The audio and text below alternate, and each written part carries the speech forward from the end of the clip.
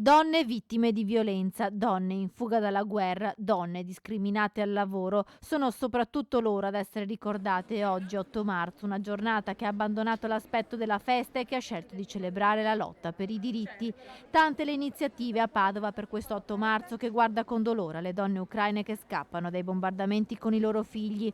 Davanti a Palazzo Moroni, il gazebo del Centro Veneto Progetti Donna che ha sensibilizzato a denunciare la violenza, soprattutto quella domestica. Per noi l'8 marzo è un giorno di ricordo e di memoria. È vero che non possiamo ricordarci soltanto l'8 marzo della violenza di genere, ma è sicuramente un giorno che ci permette di fare i conti col fenomeno. Noi abbiamo chiuso il 2021 con 1100 donne che si sono rivolte al nostro servizio.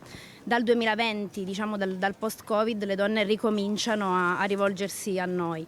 In quest'anno particolare, in questa giornata in particolare, pensiamo anche molto alle donne ucraine che stanno vivendo sulla loro pelle gli effetti di una guerra molto difficile e che grava maggiormente sulle donne. Donne vicine anche alle lavoratrici, come il collettivo Non Una di Meno, che prima del tradizionale corteo per l'8 marzo ha manifestato solidarietà alle addette del settore pulizie. Questa mattina eravamo davanti all'ospedale di Piave di Sacco insieme alle lavoratrici delle pulizie dell'ospedale di Piave di Sacco di Monselice e dell'Agenzia delle Entrate di Padova, perché appunto oggi è l'8 marzo e per noi è soprattutto una giornata di lotta e di sciopero in cui vogliamo rivendicare insomma dei diritti per tutte le donne che lavorano, e col lavoro intendiamo tante forme di lavoro, anche quello che non viene riconosciuto come tale, che viene svolto nelle case.